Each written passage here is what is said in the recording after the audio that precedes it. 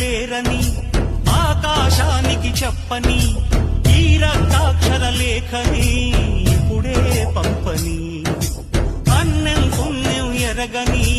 మా సీమకి రమ్మని ఆహ్వానం అందించని మెరిసే చూపుని